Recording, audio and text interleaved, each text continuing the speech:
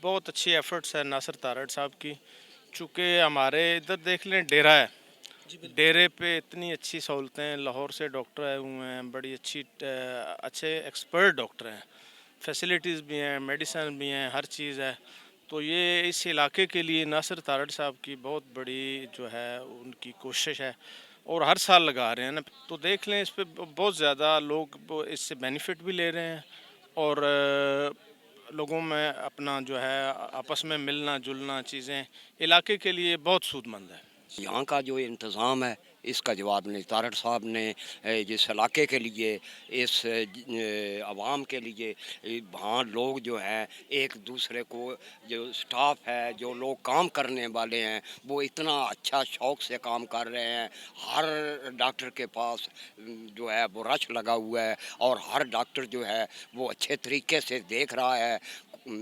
اور میں اس سے بہت بڑا، پہلی دفعہ میں یہاں چیک کروانا ہوں. یہ میرے راجہ صدق صاحب ہیں، ان کے حوالے سے میں یہاں آیا ہوں، تو میں نے اس کو بہت اچھا پایا ہے. ماشاء اللہ تارڑ صاحب نے بہت اچھے انتظامات کیے ہیں، اچھے ڈاکٹرز ہیں، اچھے لوگ ہیں، اچھی تشخیص کر رہے ہیں، اور لوگوں کا بہت زیادہ رش ہے، اور مختلف جگہ سے لوگ آئے ہیں. کوئی منڈی بہاؤدین سے آیا، کوئی پھالیا سے آیا، کوئی پنڈی سے بھی لوگ آئے ہوئے ہیں یہاں پہ وہاں سے چیک اپ کروانے. اور اس کی ریزن یہ ہے کہ یہاں پہ ایک فری آف کاسٹ ہے. دوسرا، اب لوگ پرائیویٹ ہاسپٹل میں جو جاتے ہیں، بجائے کہ وہ وہاں جانے کے، وہ انہوں نے ماشاءاللہ بہت اچھا ہاسپٹل بنایا ملک وال میں. تو انہیں چاہیے کہ ہم وہ سہولت سے فائدہ اٹھائیں. بہت اچھی سہولت ہے، آنکھ کے حوالے سے بہت اچھی وہاں پہ ڈاکٹر ہیں، وہ چیک اپ کرتی ہیں، سارا دن وہاں پہ ہوتی ہیں، اور بڑی اچھی ٹریٹمنٹ بھی ہے. میڈیسن بھی ملتی ہیں، فری آف کاسٹ ہے. اینک لگنی ہے تو بھی فری آف کاسٹ ہے، میڈیسن ملنی ہے تو بھی فری آف کاسٹ ہے. تو یہ فیسلٹی اویل کرنی چاہیے.